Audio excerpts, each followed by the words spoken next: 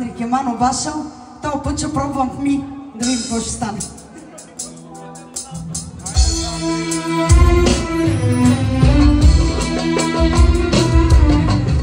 Специално за Дюшан, за Вики, за Тони младши, за малката Есен, За нашия прекрасен колега, за Хюсни специално. добре си ни дошъл. За моето братче, за Кристин, за Натали, обичам ви.